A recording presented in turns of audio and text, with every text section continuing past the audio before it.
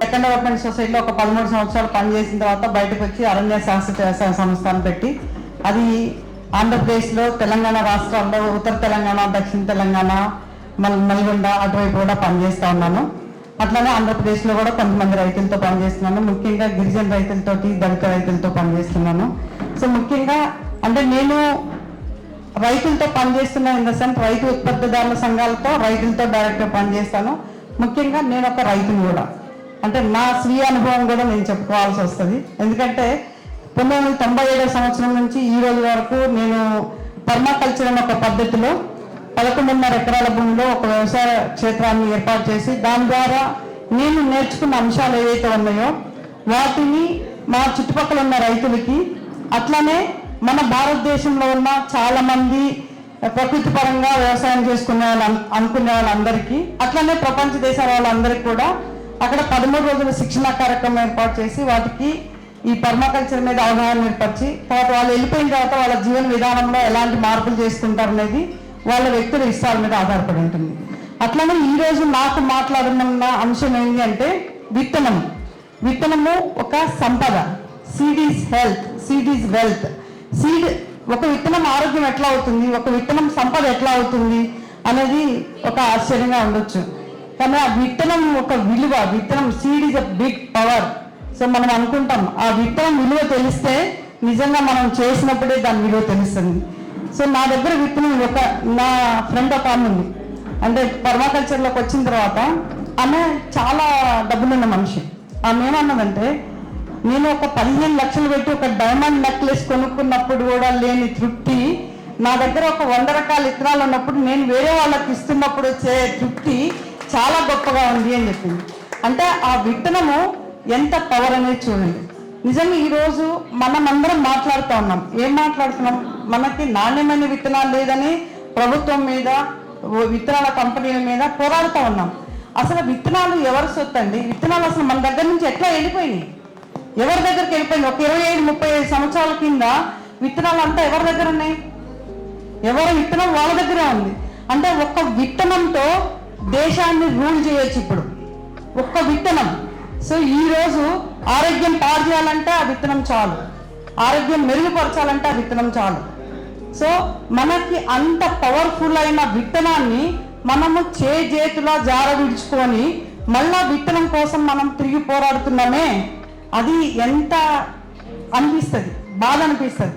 ఎందుకంటే నేను గ్రామాల్లో కర్నూలు జిల్లాలో కానీ ఆదిలాబాద్ జిల్లాలో కానీ విత్తనాలు అనేది ఒక గ్రామంలో తీసుకుపోతే ఇంతమంది వచ్చేసి నాకు ఇవి అంటున్నారు. ఒకప్పుడు అదే విత్తనం ఎట్లా ఇచ్చేది? నా దగ్గర ఈ విత్తనం వర్షం పడంగానే ఫస్ట్ విత్తనాలు తీసుకొచ్చి నా దగ్గర బీరకాయ విత్తనం ఉంది, నీ దగ్గర సొరకాయ ఉందా, అట్లా నా దగ్గర ఉన్న వేరే వాళ్ళకి ఇచ్చి వేరే వాళ్ళ విత్తనాలు మనం తీసుకునే వాళ్ళ పరిస్థితి. అట్లానే గ్రామాల్లో ఊరికి ఒకళ్ళిద్దరు విత్తనాలు పెట్టుకొని నా దగ్గర విత్తనాలు తీసుకోవాలి అంటే విత్తనాల వ్యాపారమే వాళ్ళకి వ్యాపారం కూడా అనను నేను. విత్తనాలు వాళ్ళ దగ్గర ఉంటాయి అనే ఒక నమ్మకం ఆ కమ్యూనిటీ సీడ్ బ్యాంక్స్ ద్వారా ఏర్పాటు చేసుకున్నాం. సో ఇదంతా జరుగుతున్న తరుణంలో మనము అంటే నా అనుభవం ఏమని చెప్తుందంటే పంటలు వెంటనే పడుతున్నాము. పంటలు కాకుండా ఇంకా చాలా ఉన్నాయి, వాటి మీద ఎందుకు మనం దృష్టి పెట్టలేదు? సో విత్తనం అనేది ఇప్పుడు మనం 3 పంటలకే పరిమితమైనాం. ఏమేం పంటలు? పత్తి, వరి, మొక్కజొన్న, ఇంకా ఇంకో 2-3 పంటలు ఉన్నాయి. అంటే ఇవి తప్ప మనకి ఇంకా నేచర్ని అర్థం చేసుకుంటే ఎంత గొప్పగా ఉంటుంది అనేది మనకేం తెలుస్తుందండి. నేను ఒక ఉదాహరణకు చెప్తాను. నేను నా భూమిలో 11.5 ఎకరాల భూమిలో 349 రకాలు ఉన్నాయి. 349 రకాలు. ఆ 349 రకాల్లో నేను వ్యవసాయం చేసేది 2 ఎకరాల భూమిలో.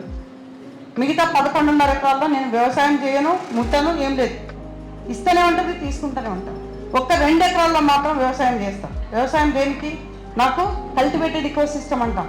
కల్టివేటెడ్ ఇకో సిస్టమ్ అంటే నువ్వు దున్నాలి, ఇత్తనం వేయాలి, పంట తీయాలి. అంటే దానికి నీళ్లు కావాలా, నువ్వు శ్రమ చేయాలా, నువ్వు ఇంటరాక్ట్ అవ్వాలా, అప్పుడు నీకు ఫలితం అనేది దొరుకుతుంది. ఇక్కడ అన్కల్టివేటెడ్ ఇకో సిస్టంలో ఆల్రెడీ ఏర్పాటు అయిపోయింది, నేను చేసేది ఏం లేదు, అది ఏమి ఇస్తే అది తింటమే నా పని. సో ఇంత మంచి ప్రకృతిని మనం గమనించకుండా మనము ఓన్లీ యాన్యువల్ క్రాప్స్ అంటే సంవత్సరం ఆ పంటల మీదనే లేబర్ ఇష్యూ, మళ్ళీ ఇంకేంది కలుపు, ఇవన్నీ ఎట్లా అనే సమస్య అనేది ఒక పెద్ద భూతద్దంలో పెట్టి చూస్తున్నాం. ఆ సమస్యనే పరిష్కారం అవుతుంది. ఎందుకు మనము వార్షిక పంటలతో పాటు చెట్లతో కూడిన వ్యవసాయం కూడా చేయాలి అనేది నా అనుభవపూర్వకంగా చెప్తున్నాను. సో ఆరోగ్యం ఎట్లా అవుతుంది, సో విత్తనం ఎట్లా అవుతుంది ఆరోగ్యం అనేది. సో ఉదాహరణకి నా దగ్గర విత్తనం ఉంది, ఒక 10 రకాల విత్తనాలు ఉన్నాయి. నేను వర్షం పడిందంటే ఆ విత్తనం తీసుకుపోయి భూమిలో వేస్తాను. ఎందుకంటే నాకు ఇంకేం లేదు, నా విత్తనం నా దగ్గర ఉంది, నాకు ఆ ధైర్యం, నా దగ్గర విత్తనం ఉంది, తీసుకుపోయి భూమిలో వేస్తాను, పంట వస్తుంది.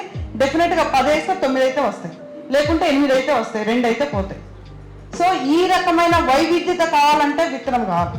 ఇప్పుడు మనకున్న పరిస్థితి ఏంటి, వైవిధ్యత ఉందా? ఏం రకం పంటలు తింటున్నాం, ఎన్ని రకాలు తింటున్నాం, మనకు ప్రకృతి ఇచ్చింది ఎన్ని?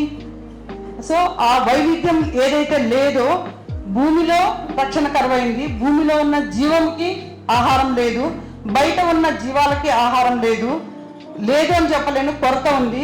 మనం ఇప్పుడు మాట్లాడుతుంది ఏంటి, వైల్డ్ లైఫ్ హ్యూమన్ కాన్ఫ్లిక్ట్ గురించి మాట్లాడుతున్నాం. అంటే మన జీవాలు ఏవైతే అడవుల్లో సంచరిస్తున్నాయో వాటికి మనకి పోటీ నడుస్తుంది. ఆ జీవాలు లేకుండా నేను ఎట్లా బతకాలని మనం అంటున్నాం. నాకు ఒక మనిషి చెప్తా ఉన్నాడు మన బిడకన్నెలోని, ఏంటంటే నా చెట్టు ఉందనుకోమ్మా, పిట్టొచ్చి కూర్చుంటుంది, పిట్టొచ్చింది అనుకో నా పంట తింటుంది. అంటే మనం ఏంటంటే పక్షులను కూడా నిలబడనిచ్చే పరిస్థితిలో లేము. మానవులు అంత స్వార్థం అయిపోయినాం. అంటే వాళ్ళు లేకుండా మనం ఉంటామా? చెట్లు లేకుండా మనం ఉంటామా? పక్షులు లేకుండా మనం ఉంటామా? జంతువులు లేకుండా మనం ఉంటామా? వాటితో పాటు మనమా? అవి లేకుండా మనం ఉన్నామా? అన్ని కలిపితేనే ఉన్నాం. అలాంటి పరిస్థితిలో ఉదాహరణకి మనము అన్ని కావాలనుకున్నప్పుడు, ఒకరోజు మానవుడు మనం బతకాలనుకుంటే ఎంత ఆహారం కావాలి? మనం అందరం రోజు బతకాలంటే ఎంత ఆహారం కావాలి? కిలో కావాలా, 2 కిలోలు కావాలా, 3 కిలోలు కావాలా? 1 కిలో, 1/2 కిలోతో పొద్దున్న నుంచి సాయంత్రం దాకా బతుకుతా? 1 కిలో అనుకుందాం. దాంట్లో ఏమేముంటాయి? నీ ఛాయ్ దగ్గర నుంచి మొదలు పెడితే పండ్లు, ఫలాలు, కూరగాయలు, గింజలు, పప్పులు, నూనె అన్నీ ఉన్నాయా? సో నెలకి రోజుకు 1 కిలో కావాలి. నెలకి ఎంత కావాలి మనకి? 30 కిలోలు. ఏడాదికి ఎంత కావాలి? 360 కిలోలు. సంవత్సరంకి 360 కిలోలు ఒక మనిషికి. ఒక కుటుంబానికి 1200, అంటే 1.2 టన్నుల ఆహారం మనకు కావాలి, అవునా? సో ఈ ఆహారాన్ని ఎంతమంది మనం పండించుకుంటున్నాము? మనం బతుకుతాం ఒక 8 సంవత్సరాలు 60 సంవత్సరాలు బతుకుతామా? 72 మన ఇండియన్ యావరేజ్. 40 అనేది వైవిధ్యత లేకపోతే ఇప్పుడు వాళ్ళు బతకరా? సరే 60 వేసుకుందాం. 60 వేసుకుంటే మనకి 1.2 టన్నులు అంటే మనకి ఎన్ని టన్నులు కావాలా మనం బతకడానికి? మన కుటుంబం 60 టన్నులు, 62 పల్లి 72 టన్నులు ఆహారం కావాలి. 72 టన్నుల ఆహారం కావాలంటే మనం ఏం చేస్తున్నాం? మనం? సో మనము ఆహారం కోసము ఎంతమందిని మనం ఆహారం కోసం పనిచేస్తున్నాము, ఎంతమందిని వాటిని ఆహారం కొనుక్కోవడం కోసం డబ్బులు సంపాదిస్తున్నాం. సో మనం జీవితం ఎక్కడ పరిగెత్తున్నాం? రన్ పరిగెత్తనే ఉన్నాం. దేనికోసం? డబ్బుల కోసం. డబ్బులంతా సంపాదించినాక ఏం చేస్తున్నాం? ఆహారం కొంటనే ఉన్నాం. సో దాన్ని కొనే దాంట్లో అది ఎక్కడి నుంచి వస్తుందో తెలియదు, ఎట్లా పండించిందో తెలియదు, ఏ విత్తనం వాడిందో తెలియదు, ఏ మందు వేసిందో తెలియదు, కానీ మనం పండించి కొనుక్కుంటున్నాం, తింటున్నాం. సో నువ్వు ఎవరి కోసమో పని చేసి డబ్బులు సంపాదిస్తున్నావు తప్ప మన కోసం మనం ఎంత టైం కేటాయిస్తున్నాము? మన కుటుంబంలో 2 ఉన్నామంటే, 4 ఉన్నామంటే అందరం డబ్బులు సంపాదించడానికే పని చేస్తున్నావు తప్ప కనీసం ఒక్కళ్ళమన్నా ఆ భూమి కోసం పని చేద్దాం, ఆ భూమిలో పండించుకుని తిందాం అనేది అనుకుంటున్నామా? ఎవరైనా అనుకుంటున్నారా? అనుకోవాల్సిన పరిస్థితి ఇప్పుడు. ఎందుకంటే ఆరోగ్యం గురించి మాట్లాడుతున్నాం, ఆరోగ్యం కావాలంటున్నాం, అందరికీ ఆరోగ్యం కావాలి. ఆరోగ్యం కావాలంటే కనీసం భూమితో మన సంబంధం ఉండాలి. పాతకాలంలో ఒక పిల్లని ఇవ్వాలంటే ఏం చేసేవాళ్ళు? భూమి ఉందా లేదా అని చూసేవాళ్ళు. కొంచెం 1/2 ఎకరం భూమి ఉన్నా పిల్లని ఇచ్చేవాడు, ఆడపిల్లని ఇచ్చేవాళ్ళు. ఎందుకు? ఎట్లన్నా కానీ ఏదో వండుతుంది, ఎట్లన్నా బతుకుతుంది అనే ధైర్యం. సో ఆ భూమిలో మనం పనిచేసే పరిస్థితి లేకుండా మనం అంత ఆహారం గురించి మాట్లాడుతున్నాం, మనం అంత విత్తనాల గురించి మాట్లాడుతున్నాం. చివరికి ఎవరు చేయాలి? అది ఎవరికి వాళ్ళము మనం కొంత టైం కేటాయించగలుగుతామా అనేది ఆలోచించాలి. అది ప్రశ్న, అది ఎవరు వేసుకోవాల్సిన ప్రశ్న. అలానే వ్యవసాయం చేస్తున్నాం. కానీ వ్యవసాయం చేసేటోళ్ళు నేను 100 ఎకరాల రైతులతో పనిచేసినా, 1 ఎకరం రైతులతో పనిచేసినా, 1/4 ఎకరం ఉన్న రైతులతో పనిచేస్తున్నా. ఎంతమంది మన ఆహారం మందులు లేని ఆహారం మనం తింటున్నాం?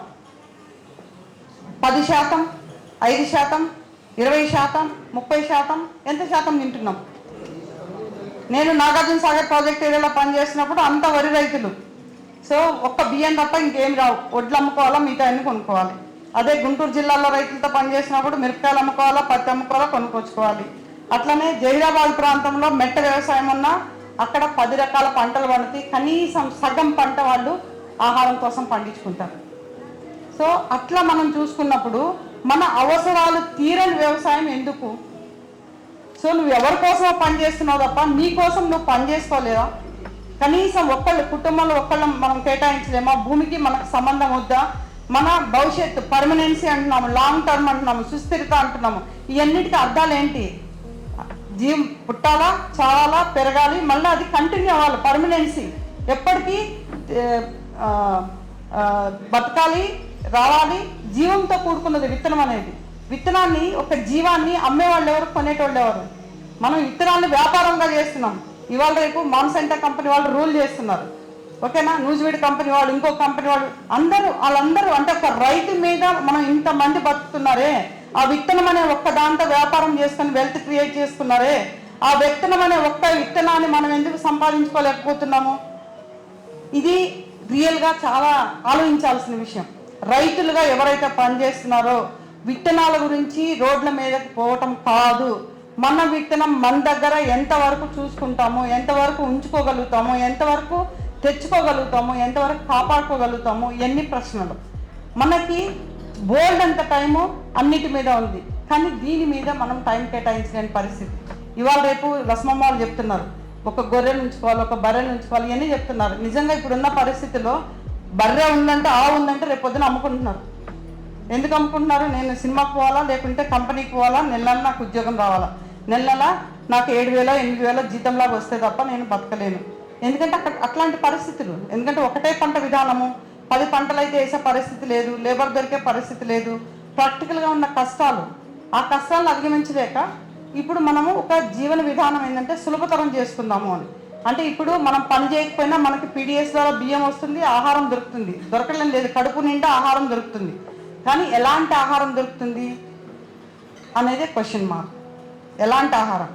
సో పౌష్టికాహారం దొరుకుతుందా, లేకుంటే కడుపు నిండే ఆహారం దొరుకుతుందా? ఇప్పుడు అందరం చెప్తున్నాం ప్రధానమైన సమస్య ఆరోగ్య సమస్య అని. ఆరోగ్య సమస్యకు కారణం ఏంటి? వైవిధ్యత లేకపోవడం. వైవిధ్యత లేకపోవడానికి కారణం ఏంటి? విత్తనాలు. విత్తనాలు లేకపోవడానికి కారణం ఏంటి? మనం కాన్షియస్గా లేకపోవడం. సో ఇవన్నీ ఒక విషియస్ సర్కిల్ అంటాం. ఆ సర్కిల్లోంచి బయటపడి ఎవరికి వాళ్ళు నాకు ఆరోగ్యం కావాలంటే నేను భూమితో ఇంటరాక్ట్ అవ్వాలి అంటారు.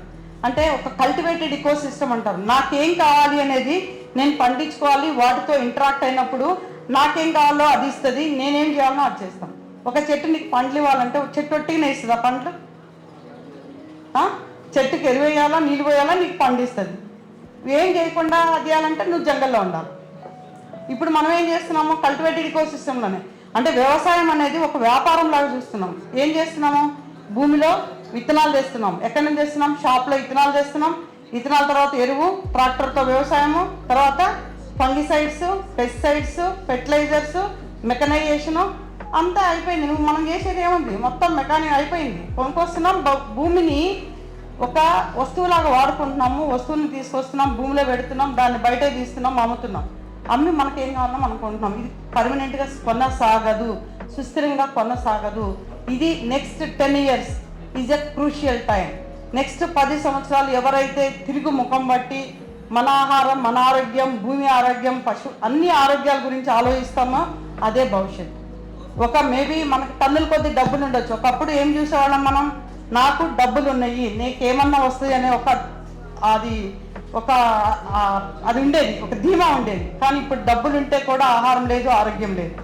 సో అది రావాలంటే నెక్స్ట్ తరాల వాళ్ళకి మనము మంచి ఆహారాన్ని, మంచి గాలిని, మంచి నీళ్ళని ఇవ్వాలంటే ఇప్పటి నుంచే మనం పని చేయటం మొదలు పెట్టాలి. నీకు 5 ఎకరాలు ఉంటే 1 ఎకరం మొదలుపెట్టు, 1 ఎకరం లేకపోతే 1/4 ఎకరంలో మొదలుపెట్టు. అంటే స్వార్థం అనేది ఉన్నప్పుడు మన కుటుంబం కోసం ఆ కొంచెం స్థలంలో మందులు లేని ఆహారం మనం ఎందుకు పండించుకోవద్దు అనేది. సో ఇది చాలా మూల సూత్రము. దీని గురించి ఆలోచించండి. విత్తనాలు అనే దాంట్లోకి వెళ్ళిపోతే, కంపెనీ అనే దాంట్లోకి వెళ్ళిపోతే మనం బయటపడలేము. ఉదాహరణకి నేను ఒక ఎగ్జాంపుల్ చెప్తాను. సో ఇప్పుడు ఇంతకుముందు సొరకాయలు మనకి ఎంత పెద్ద పెద్దగా ఉండేవి, ఇంత పెద్దగా ఇంత లావుగా, ఒక కాయగా వస్తే ఒక కుటుంబం తినేవాళ్ళు కాదు.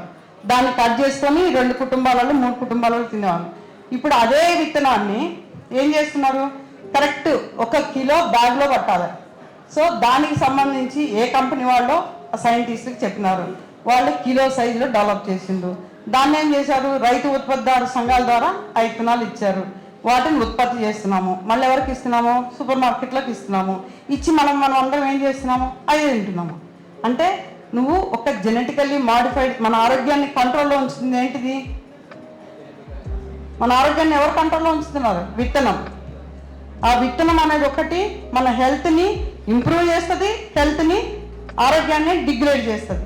సో ఈ రెండింటిని ఎలా ముందుకు తీసుకోగలుగుతామో, ఈ కాన్షియస్నెస్ ఎప్పుడు వస్తుంది అనేది మనం. అంటే ఇంకొకటి నేను చెప్తా అంటే అందరిలాగా మనది పూర్తిగా పోలా. ఇంకా మనకు కొన్ని హాట్స్పాట్స్ ఉన్నాయి. కొన్ని హాట్స్పాట్స్ ఏంటి, జైరాబాద్ ప్రాంతం లాంటి ప్రాంతాలు ఉన్నాయి. ఇంకా ఆదిలాబాద్లో ట్రైబల్ ఏరియా ప్రాంతంలో ఇంకా కొన్ని రకాలు మంచి మంచి విత్తనాలు ఉన్నాయి. అట్లాంటి ప్రాంతాలని ఎంపిక చేసుకోవాలి, అక్కడి నుంచి విత్తనాలు తెచ్చుకోవాలి, తిరిగి వాటిని షేర్ చేసుకుంటూ ఉండాలి. ఒక విత్తనము తెలివి 2 పెంచిన కొద్దీ పెరుగుకుంటా పోతుంది. నాకు 2014లో మళ్ళీ ఉదాహరణ చెప్తాను. దేశీ బంతి విత్తనం నాకు దొరకలేదు. దేశీ బంతి విత్తనం అన్ని ఆ ప్యాకెట్లో పెడతారు కదా, ఆ విత్తనాలు దొరికినాయి. సో అప్పుడు నేను 10,000కి 1 కిలో చొప్పున కొన్నా. 10,000కి 1 కిలో బంతి విత్తనం. నమ్ముతారా? అది 150 నుంచి 200 మంది రైతులకు ఇచ్చారు. ఎందుకంటే విత్తనం అనేది నా దగ్గర పోవచ్చు, కానీ 10 మందికి ఇస్తే ఎక్కడన్నా ఒక దగ్గర ఉంటుంది. సో నా దగ్గర మొత్తం పోయింది, కానీ నీ దగ్గర ఉంటుంది, నీ దగ్గర ఉంటుంది, నీ దగ్గర ఎక్కడన్నా ఒక దగ్గర ఉండాలి. సో ఉంటే దాన్ని కాపాడిన జన్యువుని కాపాడిన వాళ్ళం అవుతాము. అలాంటి విత్తనాన్ని కాపాడాల్సిన బాధ్యత మన అందరి మీద ఉంది. సో ఒక విత్తనం అనే కాదు, చెట్టు అనే కాదు. సో మనం పంటలు ఒక్కటే కాదు మాట్లాడాల్సింది, పంటల గురించి మాట్లాడాలా, చెట్ల గురించి మాట్లాడాలా, పశువుల గురించి మాట్లాడాలా, పిట్టల గురించి మాట్లాడాలా. ప్రతి ఒక్కటి జీవితంతో అన్నిటితో మాట్లాడితేనే మన భవిష్యత్తు తిరిగి ఉన్నది, లేకుంటే లేదు. సో ఇది అక్షర సత్యం. ఎవరైతే మందులు లేని ఆహారం పండిస్తారో వాళ్ళకి డబ్బులు కొదవ ఉండదు. చెప్తున్నా కదా, ఇంతకు ముందు లాగా కాదు. ఇప్పుడు అందరూ కాన్షియస్ అయినారు. ఎట్లా కాన్షియస్ అయినారు, ఆరోగ్యం కావాలంటున్నారు. మందులు లేని ఆహారం ఎక్కడ దొరుకుతుందో. ఇప్పుడు నేను ఒక గత 10 సంవత్సరాల నుంచి పర్మాకల్చర్ గురించి చెప్తా ఉన్నా. ఎంతమంది అంటే డిగ్రీలు చేస్తారు, డాక్టర్లు చేస్తారు, పైలట్స్ చేస్తారు, అయినా కానీ నా ఫుడ్ నాకు కావాలి అని వచ్చి చదువుకునే వాళ్ళు ఉన్నారు. కానీ నాకు అనిపిస్తుంది ఒక్కోసారి అంత పెద్దోళ్ళు వాళ్ళందరూ వచ్చి ఇక్కడ చేసుకుంటున్నారు, మన రైతులు ఎందుకు అది కావట్లేదు అని. సో అవేర్నెస్ కాదండి. అంటే మనము ఎట్లయిందంటే హాస్పిటల్కి పోతే డబ్బులు కావాలి, పిల్లలు స్కూల్కి పోతే డబ్బులు కావాలి. ఆ డబ్బులు అనే డిమాండ్ని పెంచుకుంటూ పోయినాం. సో మనకి డ్వాక్రా అప్పులు ఇస్తున్నారు, 2 లక్షలు ఇస్తారు. 2 లక్షలు ఇస్తే ఏం చేస్తున్నాం, తిరిగి మోటార్ సైకిల్ కొంటాం, మన కొడుకో భర్తకో కొంటాము. నెల 8,000 కట్టాలి. 8,000 కట్టాలని నేను పని చేయాలి, కట్టాలి, ఇన్ఫ్రాస్ట్రక్చర్ డెవలప్ చేసుకుంటాం. కానీ ఉత్పత్తి అయ్యేదానికి పెట్టలేదు. మనం మెటీరియలిస్ట్ ప్రపంచంలోకి వెళ్ళిపోతున్నాం. సో ఇదంతా జరుగుతూ ఉంది. నేనేమంటున్నానంటే పంటలతో పాటు పెరినియల్ సిస్టమ్స్ అంటాము, చెట్ల రకాలతో కూడా వెళ్ళాలి అంటున్నాం, దాన్ని కూడా ఇంటిగ్రేట్ చేయాలి అంటున్నాం. సో అది ఒకదానికొకటి అన్ని కలుపుకొని పోయినప్పుడు మన భూమి ఆరోగ్యం బాగుంటుంది, పశువుల ఆరోగ్యం బాగుంటుంది, ఇకాలజీలో ఉన్న పిట్టల ఆరోగ్యం బాగుంటుంది, నీ ఆరోగ్యం బాగుంటుంది. ఆ రకమైన పద్ధతులు ఏమన్నా ఉన్నాయంటే నేను ఒక చిన్న నా అనుభవాన్ని చెప్తాను, ఒకసారి విందాం. ఓకే, ఫోటోలు కనబడుతున్నాయి అందరికీ? ఓకే. సో విత్తనం అంటే ఏంటి, ఒక జీవం. సో కడుపుతో ఉన్నప్పటి నుంచి ఎట్లా చూసుకుంటాం మనం, చాలా జాగ్రత్తగా చూసుకుంటాం. అలా జాగ్రత్తగా మనం చూసుకుంటే ఆ జీవమే తరతరాలకి మళ్ళా ఉపయోగపడుతుంది. సో అది ఒక లైఫ్. అంటే ఇప్పుడు మనం ఏమంటున్నామో ఆ జీవంతో వ్యాపారం చేస్తున్నాము. ఆ జీవంతో వ్యాపారం చేసేది ఏంటిది, విత్తనం అనేది ఒక వారసత్వం. ఇప్పుడు ఎట్లా ఉంటుందంటే నా విత్తనాల్ని నా పిల్లలకు అందించాలి, నా పిల్లలు వచ్చే తరానికి అందించాలి. ఆ వారసత్వం కొనసాగాలంటున్నా. విత్తనాలు అనేది ఒక వారసత్వంలో కొనసాగితే ముందుకు పోతుంది తప్ప సీడ్ లెగసీ అంటాం. ఆ వారసత్వం కొనసాగాలంటే మనందరికీ కాపాడాల్సిన బాధ్యత ఉంది. ఒక్కటి కావచ్చు, 2 కావచ్చు, అన్నీ అందరం కాపాడలేము. విత్తనం అనేది నా దగ్గర ఒక్కటే ఉండొచ్చు, నీ దగ్గర ఒకటి ఉండొచ్చు. ఒక కమ్యూనిటీ యాక్షన్, ఇట్స్ నాట్ ఒక వ్యక్తిగత యాక్షన్ కాదు ఇది. సో అందరము వాళ్ళ పరిస్థితుల్లో, వాళ్ళ స్థాయిలో వాళ్ళు కాపాడుకోగలిగితే దాన్ని ముందు తరాల వాళ్ళకి ఆ వారసత్వాన్ని అందించడానికి వీలవుతుంది అనేది. నెక్స్ట్, సో మనం ఫుడ్ సెక్యూరిటీ గురించి మాట్లాడుతున్నాం. ఫుడ్ సెక్యూరిటీ అంటే ఇవాళ రేపు ఏం చెప్తున్నారు, 7 నట్స్ తినాలి, 8 ఫ్రూట్స్ తినాలి, 10 ఎగ్స్ తినాలి, ఇవన్నీ చెప్తా ఉన్నాం. అవన్నీ ఎక్కడ వస్తాయి? నువ్వు అన్నీ కొనుక్కోవాలంటే డబ్బుల గురించి ఆలోచిస్తున్నావు, కానీ ఆ ఫుడ్ సెక్యూరిటీ విత్తనాల ద్వారా నేను ఎందుకు చేసుకోవాలని అనుకోవట్లేదు, అది ప్రశ్న. సో మనము మోటార్ సైకిల్ మీద పోయి అక్కడెక్కడో చేసి ఈజీగా డబ్బులు సంపాదిస్తున్నాం తప్ప, సో మనం దీని గురించి ఎందుకు ఆలోచించట్లేదు, ఫుడ్ సెక్యూరిటీ గురించి ఎందుకు ఆలోచించట్లేదు? సో ఇది చాలా చాలా ముఖ్యమైన అంశం. సో ఆ ఫుడ్ సెక్యూరిటీ ముందుకు సాగాలంటే ఆ విత్తనాలు ఉండాలి. విత్తనం ఎప్పుడైతే 10 రకాలు నీకు ఉంటాయో, ఆ వైవిధ్యత ఎప్పుడు వస్తుందో ఆహారం అప్పుడే వస్తుంది, నీ ఆహార భద్రత కూడా అప్పుడే వస్తుంది, సీడ్ సావర్నిటీ కూడా అప్పుడే వస్తుంది. నెక్స్ట్, బయోడైవర్సిటీ అంటున్నాం. బయోడైవర్సిటీ ఎక్స్టెంటింగ్ ఆఫ్ స్పీషీస్ అంటున్నాం. ఎక్స్టెంటింగ్ అంటే కొన్ని జాతులు అంతరించిపోతున్నాయి అంటున్నాం. అంతరించిపోవడానికి కారణం ఎవరు? ఇదొద్దు ఇదొద్దు ఇదొద్దు అంటున్నాం. మనము ఏం చేస్తున్నాం, అన్ని స్ప్రే చేసేస్తున్నాం. సో భూమిలో ప్రతి జీవికి బతికే హక్కు ఉందా? ప్రతి జీవికి ఒక పాత్ర ఉందా? ఒక పాత్ర ఉంది, ఒక బతికే హక్కు ఉంది. వాటితో కలిపి మనం ఏమంటున్నామంటే ఆ జీవులన్నీ వద్దు, నేనే బతకాలంటున్నాం. సో అందరం కలిసి ఎప్పుడైతే బతుకుతామో అప్పుడు అవన్నీ కంటిన్యూ అవుతాయి అనేది ఒకటి. అట్లనే ఎకనామిక్ స్టెబిలిటీ అంటున్నాం. ఆర్థిక స్వావలంబన కావాలి అంటున్నాం. ఆర్థిక స్వావలంబన కూడా వస్తుంది. ఇప్పుడు ఇవాళ సార్ ఆర్టికల్ రాశారు, విత్తనం మంచుకుంటే రైతే రాజు అని, నాణ్యమైన విత్తనం కావాలి అనేది. సో ఆ విత్తనం క్వాలిటీ అనేది ఉన్నప్పుడు, క్వాలిటీ అంటే ఎప్పుడు క్వాలిటీ చెప్తాము, నీ భూమిలో పండింది డెఫినెట్గా నేను చెప్తాను ఇది మొలుస్తుంది, నీకు దిగుబడి ఇస్తుంది అని ధైర్యంగా చెప్పగలుగుతాను. నా భూమిలో పండిన విత్తనం అయితే, అదే నేను కొనుక్కొచ్చిన విత్తనం అయితే ఆ ధైర్యం చెప్పగలుగుతామా? లేదు కదా. అది నీకు ఆ విత్తనం అనేది గట్టిగా నీకు డెఫినెట్గా పంట పండుతుంది, నీకు ఆర్థిక స్వావలంబన కూడా వస్తుంది అనేది. నెక్స్ట్, సో హెల్త్ అని మాట్లాడుతున్నాం. ఎవరి హెల్త్? భూమి హెల్త్, భూమి ఆరోగ్యం గురించి మాట్లాడుతున్నాం. మన దేశీయ విత్తనాలు ఏవైతే ఉన్నాయో, పాతకాలం విత్తనాలు, సో కొన్ని హెయిర్లూమ్ సీడ్స్ అంటాము, కొన్ని నేటివ్ సీడ్స్ అంటాము, కొన్ని వెరైటీస్ అంటాము. సో హెయిర్లూమ్ సీడ్స్ అనేటివి పురాతన కాలం నాటి పాత రకాల లాంటివి, అలాంటివి కూడా తిరిగి తీసుకురావాల్సిన అవసరం ఉంది. అట్లానే నేటివ్ సీడ్స్ అంటే స్థానికంగా రైతులు ఏదైతే లోకలైజ్ చేసుకుంటారో ఆ విత్తనాలను కూడా కాపాడుకోవాల్సిన అవసరం ఉంది. వాటిని కూడా సేవ్ చేయాల్సిన అవసరం ఉంది, వాటిని కూడా కన్జర్వ్ చేయాల్సిన అవసరం ఉంది. ఎందుకు కాపాడాలి, ఎందుకు క్షీణించిపోతున్నాయో వాటిని కాపాడాల్సిన అవసరం మనందరి మీద ఉంది. అట్లానే హెల్త్తో లోకల్ సీడ్ అంటే నీకు హెయిర్లూమ్ సీడ్ కానీ లోకల్ సీడ్ కానీ ఏమవుతుందంటే, మనకున్న వాతావరణ పరిస్థితులు ఏదైతే ఉన్నాయో, భూమి కావచ్చు, నీళ్లు కావచ్చు, అక్కడున్న స్థానిక పరిస్థితులకి తట్టుకునే గుణం ఉంటుంది. సో నేను మా వాళ్ళకి చాలామందికి చెప్తాను, ఈ విత్తనాలు వేయండి అయ్యా నా దగ్గర నుంచి తీసుకుపోయి అంటే, మేడం మీరు ఇచ్చిన విత్తనము ఇంత పెద్ద తీగ వస్తుంది, ఎప్పుడో కాత కాస్తుంది, నాకు వద్దు మేడం అని. ఎందుకంటే చిన్న తీగ కావాలి, ఇన్ని కాయలు కావాలి. అంటే వర్షాకాలము మనకున్న, అంటే నేను చెప్తున్న మన నేటివ్ సీడ్స్ గురించి, వర్షాకాలం అంతా ఆ నీళ్ళను వాడుకొని వెజిటేటివ్ గ్రోత్ అంటాము, ఆకు బాగా పెరిగిపోతుంది, ఎనర్జీని అంతా ఒక దగ్గర తెచ్చుకొని వర్షాకాలం ఎప్పుడైతే బంద్ అవుతుందో అప్పుడు మీకు కాత ఇస్తూనే ఉంటుంది. అది మన హెయిర్లూమ్ సీడ్స్కి ఉన్న గుణం. అదే నీ హైబ్రిడ్ సీడ్స్ పుట్టిన రోజు నుంచి నువ్వు కెమికల్ ఫెర్టిలైజర్స్ వేస్తేనే అది రెస్పాండ్ అవుతుంది, మామూలు ఎరువులకు రెస్పాండ్ కాదు. నా దగ్గర జీనైన అరటి చెట్టు ఉంది, దానికి రోజు పూజ చేయి, ఇంతవరకు కాత గాయల. అదే దేశీ విత్తనం పెట్టినా ఇప్పుడు 3 గెలలు తీసినా కానీ ఇంతవరకు ఆ గెల కూడా ఒక్క గెల కూడా రాలేదు. అంటే కొన్ని విత్తనాలు ఓన్లీ కెమికల్ ఫెర్టిలైజర్స్ కానీ పెస్టిసైడ్స్ కానీ రెస్పాండ్ అవుతాయి తప్ప వీటికి రెస్పాండ్ కాదు. ఇది నా ప్రాక్టికల్ అనుభవం, నా భూమిలో నేను చేసినా కాబట్టి నేను మీతో షేర్ చేస్తున్నాను. సో ఇలాంటివి మనము ఎందుకు కరువుకు తట్టుకునేది, వాతావరణ పరిస్థితులు తట్టుకునే గుణాలున్న మంచి సుగుణాలున్న అట్లాంటి విత్తనాలు నిలిచిపెట్టి ఏదో విత్తనాలను ఎందుకు తీసుకొచ్చుకోవాలి? ఇవాళ రేపు విత్తనాలు కూడా కొంటలే, ఏంటిది నర్సరీస్. ఆ నర్సరీ దగ్గరికి వాడి దగ్గర ఏది రెడీ ఉంటే అది తీసుకురావాలా, రూపాయి మొక్క 2 రూపాయల మొక్క పెట్టేసేయాలి. అది ఏంటి ఎట్లా వస్తుందో కూడా నీకు తెలియదు, విత్తనం కూడా నువ్వు చూసిండవు, కానీ మొక్క మాత్రమే తెస్తావు, పెడతావు, అమ్ముతావు. సో నేను అనంతపురం నుంచి ఒక రైతు వచ్చాడు నా దగ్గరికి. వచ్చిన తర్వాత, మేడం మీరంతా పర్మాకల్చర్ అంటున్నారు, మందులు లేని వ్యవసాయం అంటున్నారు, ఇదంతా బాగానే ఉంది కానీ మాకు డబ్బులు రావు, ఈ వ్యవసాయం ఏం బాగాలేదు మేడం అన్నాడు. సరే నువ్వేం చేస్తావు చెప్పన్నా. ఆయన ఏమన్నా అంటే నేను 3 నెలలకు ₹1,00,000 సంపాదిస్తాను మేడం అన్నాడు. ఏం చేస్తావు అన్నాడు. సో వాటర్ మెలన్ ఉందా, watermelon seeds improved hybrid seeds నాటుతాను. సో ప్లాస్టిక్ మల్చింగ్ వేసాను, గ్రోత్ హార్మోన్స్ ఇస్తాను, వాటర్ సాల్యుబుల్ ఫెర్టిలైజర్స్ వేస్తాను. 3 నెలలకి నాకు ₹1,00,000 ఒక ఎకరం వస్తుంది. నాకు అది బాగుంది కానీ దీంట్లో ఏముంది మేడం, మీరు జీవన విధానం అంటారు, ఇది అంటారు, ఏమి ఎవరికి సాధిస్తారు, నాకు డబ్బులు కావాలన్నా. సో డబ్బులు కావాలి, ఎన్ని సంవత్సరాలు ఇస్తే డబ్బులు? ఓకే 10 సంవత్సరాలు ఇస్తే తర్వాత క్వశ్చన్ మార్క్. సో ఇవన్నీ ఉంటుంది. షార్ట్ టర్మ్ రిజల్ట్స్ కోసం మనం చూస్తే ఉంటుంది.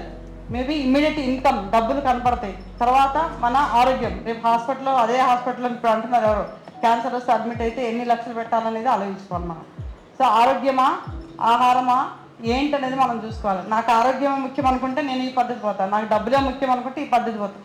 అందరం కంట్రోల్ చేయలేము, ఎవరి ఇష్టం వాళ్ళది. కానీ జీవిత అనుభవాలు మనకు పాఠాలు నేర్పిస్తాయి. Okay, so local seed, local production, local consumption. మనం ఏదైతే ఉంటో లోకల్గా ఉండే ఏదన్నా ఒక 5 కిలోమీటర్ల దూరంలో ఏ పంట పండితే ఏ సీజన్లో ఏమి తింటే రోగం పెట్టండి అని చెప్పినాం. అందరు 2 సార్లు పెట్టండి, ఎక్కువ వద్దని చెప్పినాం. సో ఊరు మొత్తం పెట్టినారు అక్కడ. ఊరు మొత్తం పెట్టినాక వచ్చినాయి జీవాలు, వచ్చినాయి జింకలు వచ్చినాయి, కానీ ఆ 2 సార్లు తినిపోయింది. మిగతా పత్తి మాత్రం వాళ్ళకి సేఫ్ అయింది. అదర్వైజ్ అసలు ఏం లేనప్పుడు పత్తికాయలు కూడా తింది. సో ఇది ఒక వ్యక్తిగత యాక్షన్ కాదు, ఒక కమ్యూనిటీ యాక్షన్. సో అట్లనే నల్గొండలో పనిచేసినప్పుడు కోతులు పెడదా, నెమళ్ళు పెడదా, జైరాబాద్లో అడుగు పందులు పెడదా. ఈ వైల్డ్ లైఫ్ కాన్ఫ్లిక్ట్ని మనం ఎట్లా ఓవర్కమ్ కాగలుగుతామంటే ఓన్లీ కమ్యూనిటీ యాక్షన్స్, అందరు కలవాలి. అంటే జైరాబాద్ ప్రాంతంలో పచ్చజొన్నల గురించి మాట్లాడుతున్నప్పుడు ఒకప్పుడు వర్షాకాలం వేసేవాళ్ళు, ఇప్పుడు ఆ పచ్చజొన్నలంతా నీళ్లు ఇరిగేటెడ్ కండిషన్స్లో పండిస్తున్నారు. ఒక 2 సంవత్సరాల కింద చూస్తే ఒక 50 ఎకరాలు అట్లా పండించేవాళ్ళు. నిరుడు దాదాపు 1400 ఎకరాలు వేశారు. వాళ్ళు ఏమంటున్నారంటే మాకు ఈ సంవత్సరం పిట్టల బాధ లేదు మేడం అంటున్నారు. సో ఎప్పుడైతే ఎక్కువ అవుతుందో అప్పుడు పిట్టలకు కూడా ఆహారం దొరుకుతుంది, కానీ మనకు ఎఫెక్ట్ కాదు. సో ఏదన్నా కానీ గ్రామం మొత్తం కూడా చిన్న చిన్న మార్పులు చేయగలిగితే దాని ప్రభావం చాలా పెద్దగా ఉంటుంది అనేది. నెక్స్ట్, మనకి భూమిలో కనపడవు కానీ ఏమంటారు ఫంగై అంటాం, ఏం పుట్టగొడుగులు. అలాంటి మనకు కనపడని ఏదైతే మనకి భూమిలో ఉంటాయో అది భూమి ఆరోగ్యానికి ఒక సంకేతం. మనం ఆర్గానిక్ కార్బన్ అంటున్నాము, ఇంకోటి అంటున్నాము. అవన్నీ ఏమంటున్నా అంటే భూమిలోకి వెళ్ళి ఏది చెత్త చెదారం వచ్చినా తిరిగి బయటకు తీసేస్తున్నాం, తిరిగి ఏమి ఇవ్వటల్లా. సో అవన్నీ ఆరోగ్యంగా ఉన్నప్పుడే మనం కూడా ఆరోగ్యంగా ఉంటాం. భూమిలో ఉన్న ఆరోగ్యము నీ పొట్టలో ఉన్న ఆరోగ్యము డైరెక్ట్ సంబంధం. నీకు భూమికి ఆరోగ్యం లేకపోతే నీ మనిషి ఆరోగ్యం లేదు, అంతే రాసిస్తాను. ఇంకా నువ్వు ఇక్కడ హెల్దీగా ఫుడ్ ఏదైతే పెరుగుతుందో, నువ్వు భూమి జీవంతో ఉన్న భూమిలో నువ్వు పండించిన పంటలు తినండి, నువ్వు ఎంత ప్యూరిటీగా తింటావో నీ హెల్త్ కూడా అంత ప్యూరిటీగా ఉంటుంది. దీంట్లో ఇది అనుభవంతో వచ్చింది. గత 15 సంవత్సరాల నుంచి ఒక ప్లేస్లో ఉండి చూసి తిని మాట్లాడతాను. సో ఆరోగ్య సమస్యలు ప్యూరిటీది నీ ఆహారం తీసుకున్నప్పుడు నీకు ఆరోగ్య సమస్యలు రావు.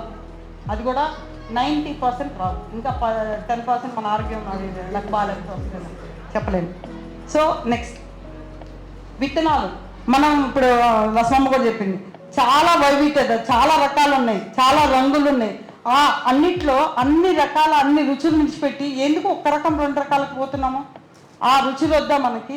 ఆ రుచుల్ని ఇప్పుడు పిల్లలకు ఇంట్రడ్యూస్ చేయాలా. ఇవాళ రేపు పిల్లలు ప్యూర్ బర్రె పాలిస్తే తాగే పరిస్థితి లేదండి. ఎందుకంటే బర్రెలు కానీ ఆవులు కానీ బయటకు పోతే రకరకాల గడ్డి మేస్తాయి, గడ్డి మేసి మనకు పాలిస్తుంది. ఇవాళ పిల్లివేసరు వేస్తే పిల్లివేసరు వాసన వస్తుంది, జొన్న వేస్తే జొన్న వాసన వస్తాయి. అదేమంటారంటే నాకు ఇది వాసన వస్తుంది, నాకు ఇది వద్దు, ఆ డబ్బా పెరిగే కావాలని. ఇంకా కొంత ఎందుకంటే మనం ఇప్పుడు ఇంట్రడ్యూస్ చేయకపోతే ఇంకా వాళ్ళ జీవితంలో తినరు. సో ఇప్పుడు తినరంటే ఆ డబ్బా పాలకే అలవాటు పడిపోతాం. అలవాటు పడిపోయినప్పుడు మన గట్ బ్యాక్టీరియా గురించి మాట్లాడుతున్నాం, అందరం గ్యాస్ట్రైటిస్ గ్యాస్ట్రిక్ అని మాట్లాడుతున్నాం. ఆ మంచి బ్యాక్టీరియా మన కడుపులో లేనప్పుడు మనకు వచ్చే సమస్యలు ఏంటిది? ఫైర్ ఇంజన్ ఎక్కడ నడవాలి? ఇక్కడ కడుపు అనేది ఇంజను. ఫైర్ బాగా నడిస్తేనే ఇది పని చేస్తుంది, మనం బాగా ఆలోచిస్తాం, బాగా పని చేయగలుగుతాం. ఎప్పుడైతే ఇది భూమి బాగాలేనప్పుడు, ఇది బాగాలేనప్పుడు, ఇక్కడ పోయినప్పుడు మొత్తం మన సొసైటీనే సమస్యలో పడుతుంది. కాబట్టి డైరెక్ట్ సంబంధం ఉంది. మీరు అనుకోవచ్చు భూమిలో ఏముంది పోసేస్తే అయిపోతుంది. ఒక్కొక్క రైతు 2 లక్షల రూపాయలు ఫెర్టిలైజర్స్ కొని భూమిలో వస్తున్నారండి. ఏమన్నా అర్థం ఉందా? కనీసం 1 ఎకరంలో అన్నా మనం ఆరోగ్యంగా ఉండాలని చూసుకుంటున్నామా? అంటే డబ్బులు అనేది కాదండి, ఆరోగ్యం కూడా కొంత ముఖ్యమే. కాబట్టి స్లో ఫేజ్లో మీరు ట్రై చేయండి అనేది, అంతేకాని మొత్తం మానేసి చేయమని చెప్పట్లేదు. నెక్స్ట్. సో నేను చెప్తా ఉన్నా కదా, పర్మాకల్చర్ భూమి దీంట్లోనే నేను మాట్లాడుతుంది 349 రకాలు ఉన్నాయి అనేది. సో దానిలో చెట్లు ఉన్నాయి, పిట్టలు ఉన్నాయి, మళ్ళీ ఫుడ్ ఫారెస్ట్ ఉంది, అన్ని రకాల తీగలు ఉన్నాయి, మళ్ళా దుంప కూరలు ఉన్నాయి, రకరకాల పంటలు అయితే ఉన్నాయి దాని. ఇది జహీరాబాద్ ప్రాంతంలో ఉందండి, జరసంగ మండలం. నెక్స్ట్. సో ఇవన్నీ జస్ట్ ఫొటోస్ చూడండి. ఎందుకంటున్నా అంటే ఇదంతా నేను ఏం చేయకుండా వచ్చే పంటలు, మనం చేస్తే వచ్చే పంటలు వేరు, ఏం చేయకుండా వచ్చే పంటలు చాలా ఉన్నాయి. వాటన్నిటిని కూడా దృష్టిలో పెట్టుకోవాలి. పాల్సా ఉంది, జీడి ఉంది. పాల్సా అంటే ఒక చిన్న బుష్. సో ఎంత కరువు వస్తే అంత పూత వస్తుంది. ఈ టైంలో వస్తుంది, ఫిబ్రవరి నెలలో. ఎన్ని పిట్టలు రావాలో అన్ని పిట్టలు వస్తాయి, ఎన్ని ఏమంటారు తేనీగలు రావాలో అన్ని తేనీగలు వస్తాయి. మనకి చిన్న చిన్న పండ్లు చాలా బాగుంటాయి, నీళ్ళు కూడా అవసరం లేదు, విపరీతంగా కాత వస్తుంది. నెక్స్ట్. సో అన్ని రకాల విత్తనాలు మనం ఎట్లయితే ఉన్నాయో ఆ విత్తనాలని పంట విత్తనాలతో పాటు. నెక్స్ట్. మనం ఇప్పుడు చెప్పినాం కదా వైవిధ్యమైన పంటలు అంటున్నాం. మనం పంటలు మాట్లాడుతున్నప్పుడు మనం తినేది ఏంటిది? ఆహారం, సిరియల్స్, పల్సెస్, ఆయిల్ సీడ్స్. 60% అన్నం తింటామా, పప్పు కొద్దిగా తింటామా, తర్వాత ఆయిల్ వేసుకుంటామా, కూరగాయలు వేసుకుంటాం. సో సేమ్ విధానం మీ పంట భూముల్లో పెట్టమంటున్నాం. 60% సిరియల్స్ వచ్చేట్టు పెట్టండి, 30% లెగ్యూమ్స్ పప్పులు వచ్చేట్టు పెట్టండి, 10% ఆయిల్ సీడ్స్ వచ్చేట్టు పెట్టండి. ఆ రకమైన పంటలు పెట్టేటప్పుడు అందరి ఆరోగ్యం బాగుంటుంది. భూమి ఆరోగ్యం, నీ ఆరోగ్యం, పిట్టల ఆరోగ్యం, పశువుల ఆరోగ్యం అందరిది బాగుంటుంది. పంట విధానాలు, రొటేషన్ పద్ధతులు ఏం చేసే అవసరం లేదు, జస్ట్ ఫాలో. ఇది నేను చేస్తున్న విధానం. నెక్స్ట్. సో ప్రతి విత్తనం అన్నప్పుడు విత్తనం అనేది ఒక పెద్ద బాధ్యత. మనం విత్తనం గురించి ఇట్లా మాట్లాడుతున్నాం. సో నీకు ఎన్ని రకాలు ఉంటే అంత పని. ఇవాళ ఒకటి వస్తుంది, రేపు ఒకటి వస్తుంది, ఎల్లుండి ఒకటి. ప్రతి సీజన్లో విత్తనం నాటేది ఒకటే రోజు కావచ్చు, కానీ హార్వెస్ట్ చేసేది మాత్రం సంవత్సరం మొత్తం చేయాల్సి వస్తుంది. అదొక పెద్ద పని. దాన్ని ఎక్కడ పెట్టాలా, ఎలుకల నుంచి ఎట్లా కాపాడాలా, డబ్బాల్లో పెట్టాలా, సీసాల్లో పెట్టాలా, సంచుల్లో పెట్టాలా, ఇదే రకమైన ప్రధాన సమస్యతో చాలామంది ఆడవాళ్ళు ఇప్పుడు ఆ బాధ్యత వద్దనుకుంటున్నారు. కాబట్టి ఇది అందరి బాధ్యత.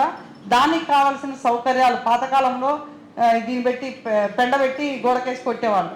సో ఆ పద్ధతి పాటిస్తామో, బూడిదలో కలిపి మూటలు కట్టి పెట్టాలన్నా, సీసాల్లో పెట్టాలన్నా, డబ్బాల్లో పెట్టాలనేది ఆ పద్ధతులన్నీ తెలిసినాయే. కానీ ఆ పద్ధతులు మర్చిపోయినాం. ఇప్పుడు మళ్ళా తిరిగి తీసుకురావాల్సిన అవసరం ఉంది. ఇప్పుడు యంగర్ జనరేషన్ అన్నారు కదా, ఆ యంగర్ జనరేషన్కి మళ్ళా చూపించాల్సిన అవసరం ఉంది. నెక్స్ట్.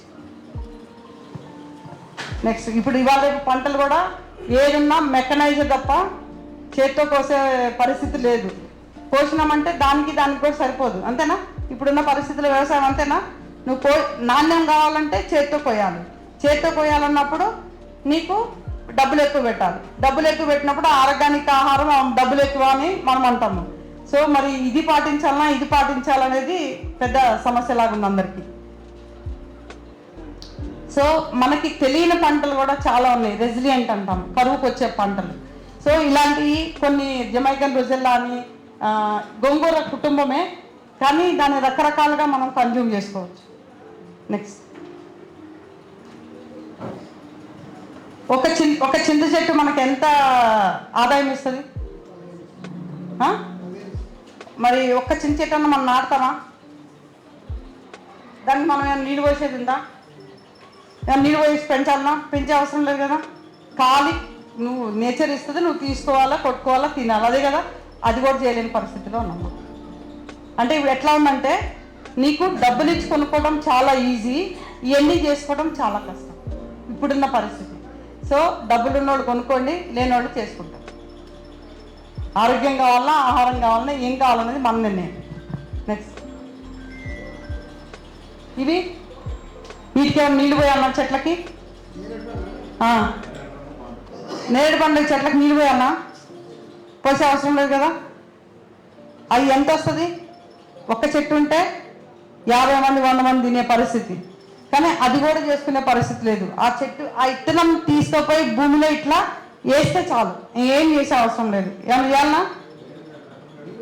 గట్ల మీద అయ్యే వస్తాయి కదా, అవి కోసుకుని తినే పరిస్థితి కూడా లేదు. మళ్ళీ అగైన్ 100 రూపాయలకి 100 గ్రాములు అంట ఈ కాయలు, కానీ చాలా మంచిదంట, సంవత్సరానికి ఒకసారి తినాలంట. సో ఇట్లాంటి పరిస్థితి.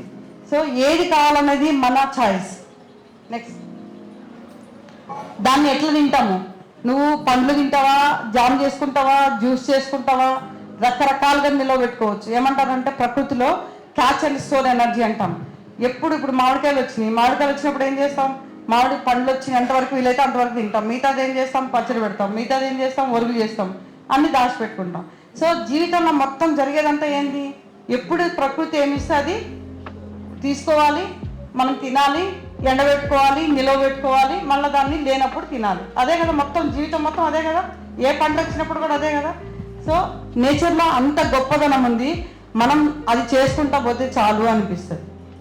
నెక్స్ట్, సో ఇది కూడా ఒకటి మన దేశీ రకం కాదు కానీ మొత్తం ప్యాషన్ ఫ్రూట్స్ అని. ఒక వర్షం పడిందంటే చాలా ఫ్రూట్స్ వందలు వస్తాయి. సో అది ఒక్కసారి మనం వర్షాకాలం జ్యూస్ చేసి పెట్టుకుంటే ఏడాది మొత్తం దాన్ని తాగొచ్చు. సో విటమిన్ సి గురించి మాట్లాడతాం, అంత అన్నీ వస్తాయి, అంత నంబర్ వస్తుంది. మనం చేసేది ఏం లేదు, దానికి నీళ్ళు కూడా అవసరం లేదు, వర్షాకాలమే వస్తాయి. నెక్స్ట్, ఎన్ని సీసాలు అంటే అన్ని సీసాలు. ఇవాళ రేపు ఆ పంట ఎవరైనా పండిస్తే అన్ని డబ్బులు కూడా మీకు వస్తాయి. ఏం లేదు మనం చేయాల్సింది, విత్తనం నాటాలా, లేకుంటే మొక్క నాటాలా, ప్రతి వేప చెట్టుకు ఒకటి నాటేసేయండి, అదే కింద పడతాయి, ఏరుకొని దాచిపెట్టుకోవాలా, జ్యూస్ తీసుకోవాలి. సో మనం ఏం పని చేయకుండా ఇచ్చే పంటలు బోల్డ్ అని ఉన్నాయి, వాటి గురించి కూడా ఆలోచించండి అని చెప్తున్నా. నెక్స్ట్, జీడి పండ్లు నీళ్ళు పోయమ్మా, నీళ్ళు పోసే అవసరం లేదు కదా. జీడి పండ్లు ఇస్తాయి కదా, జీడి పప్పు కూడా వస్తాయి కదా, దాన్ని జ్యూస్ కూడా చేసుకోవచ్చు కదా, ఇంకా దాన్ని వైన్ కూడా చేసుకోవచ్చు. సో ఆ రకమైన అవగాహన కావాలంటున్నాం. మనకి రెసిలియంట్ అంటాం కదా, ప్రకృతిలో అట్లాంటివి చాలా రకాలు ఉన్నాయి, వాటిని కనిపెట్టుకోవాలా, వాటితో ఉంటే మన జీవనం సుఖం అవుతుంది. లేకుంటే యాన్యువల్ క్రాప్స్ దున్నాలా, ఇతరం వేయాలా, కలుపు తీయాలా, పంట చేయాలంటే అది కష్టతరమైన పని. కొంత ఇది అది రెండు చేసుకుంటే కొంత ఈజీగా వెళ్ళిపోవచ్చు అనేది నా అనుభవం. నెక్స్ట్, ఇక్కడ ఉసిరికాయలు మనం ఏమంటాం? గ్రాఫ్టెడ్ మొక్క అంటాము, అంటు మొక్క అంటాం, దేశీ మొక్క అంటాం. దేశీ ఇతరం దేశీ ఉసిరికాయ మొక్క మీరు పెడితే టన్నులు కొద్ది వస్తుంది, టన్నులు. నువ్వు అసలు దాంట్లో 10% కూడా వాడుకోలేము. అదే మళ్ళీ నరేంద్ర 7 7 ఇంతంత లావి కావాలి మేడం నాకు ఇవ్వద్దు అంటాం. ఎప్పుడు మీరు ఒకటి గమనించండి, గ్రాఫ్టెడ్ది పెద్దగా ఉంటుంది, చిన్న నంబర్ వస్తుంది. సో దేశీది తక్కువ సైజు ఉంటుంది, పెద్ద నంబర్ వస్తుంది. అది డిఫరెన్స్. ఎప్పుడైనా మనం తోట పెట్టాలనుకున్నప్పుడు, ఇంకోటి చేయాలనుకున్నప్పుడు కనీసం ఒక 40% దేశీ రకాల మొక్కల్ని పెట్టండి, అది వైవిధ్యత తీసుకొస్తుంది. 60% మీరు గ్రాఫ్టెడ్ పెట్టుకోండి, ఏం కావాలి, షార్ట్ టర్మ్, లాంగ్ టర్మ్. 100 సంవత్సరాల వరకు నీ తోట ఎప్పటికి ఇస్తూనే ఉంటుంది, అందరికీ ఉపయోగపడుతూనే ఉంటుంది. నీకు ఈ సంవత్సరం మామిడి పూత మొత్తం పోయిందా? అదే దేశీ చెట్లకు చూడండి ఇంకా ఉన్నాయి. సో అది కలిపి పెట్టినప్పుడు లాస్ అనేది ఉండదు, రెసిలియన్స్ అనేది ఉంటుంది. కాబట్టి దేశీ రకాలని గ్రాఫ్టెడ్ రకాలని కలిపి పెట్టడం అనేది బహువార్షిక పంటల్లో ఒక సూత్రం పాటించినప్పుడు మనది చాలా బాగుంటుంది అని. నెక్స్ట్, సో నిమ్మజాతి ప్రతిరోజు మనకి ఏం కావాలా? విటమిన్ సి కావాలా. విటమిన్ సి రావాలంటే ఏం చేస్తున్నాం మనం?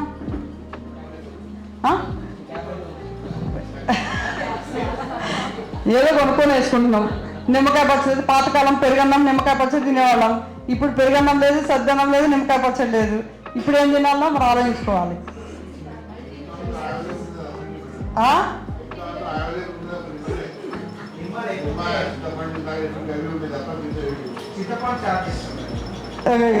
అది విటమిన్ సి ఇవ్వదు.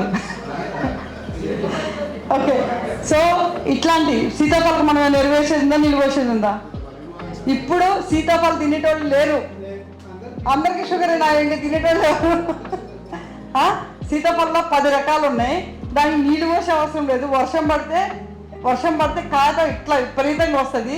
అట్లాంటిది సీతాఫలం తినే పరిస్థితులు లేవు మనం. అంటే ప్రకృతి ఇచ్చినా కానీ తీసుకోలేని పరిస్థితుల్లో మనం ఉన్నాము అనేది అర్థమవుతుంది. ఏదన్నా అది దానికి ఎరువు అవసరం లేదు, బండల్లో, గట్టుల్లో, అట్లాంటి ప్రాంతాల్లో వస్తుంది అది.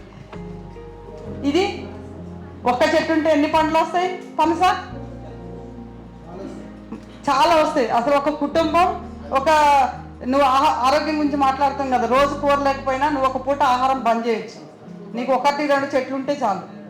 అట్లాంటి దాన్ని సో మనం ఏం చేయకుండా వచ్చేదాన్ని విస్మరిస్తున్నాము అనేది మీ దృష్టికి తీసుకొస్తున్నాం. అరే మన దేశంలో ఉన్నాయి వాడు, బర్మా నుంచి తెచ్చింది కూడా వాడు.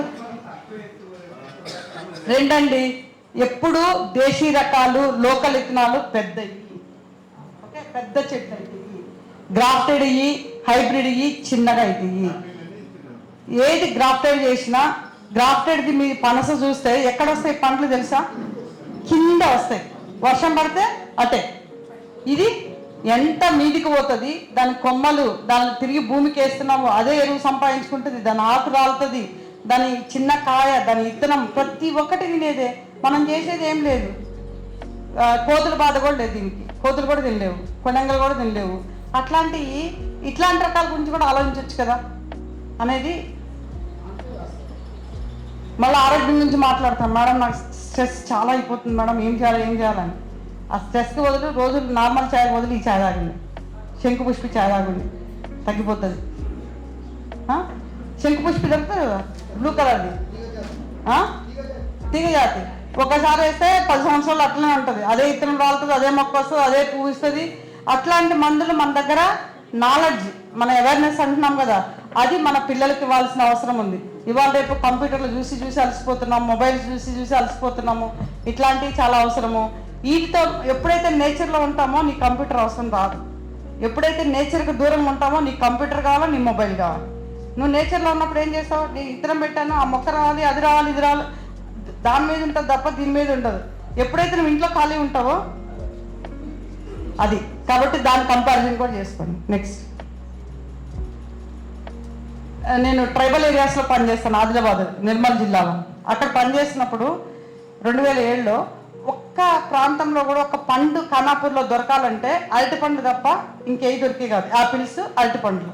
అసలు ఒక్క చెట్టు, పండ్ల చెట్లు పెట్టుకునే అసలు అలవాటు కూడా ఆ ప్రాంతంలో లేదు.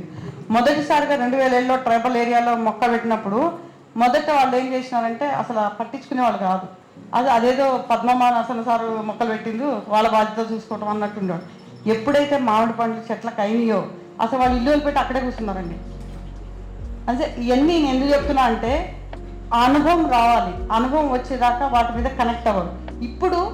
అప్పుడు నాకు ప్రాజెక్ట్లో డబ్బులు లేకపోయినా కానీ వాళ్ళు ఏమడుగుతారు, మేము కొనుక్కుంటాం మేడం, మాకు చెట్లు ఇవ్వండి అంటే. ఒక పరిస్థితి, ఒక ఇంట్రడక్షన్ చేసిన తర్వాత వాళ్ళు ఆ ఆలోచన విధానంలో ఎంత మార్పు వచ్చింది అనేది.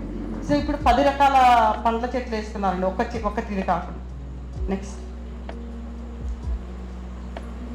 సో ఆడవాళ్ళకి విత్తనాలకి చాలా దగ్గర సంబంధం ఉంది, అవునా?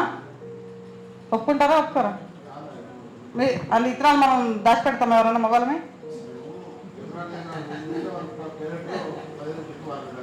సో అదే పెద్ద చెట్లు పండునియే మీకు భూమిలోకి, భోజనంలోకి వస్తాయి. 100 ఎకరాలు పెట్టింది మార్కెట్లో పోతే డబ్బులు మీ జేబులోకి వస్తాయి.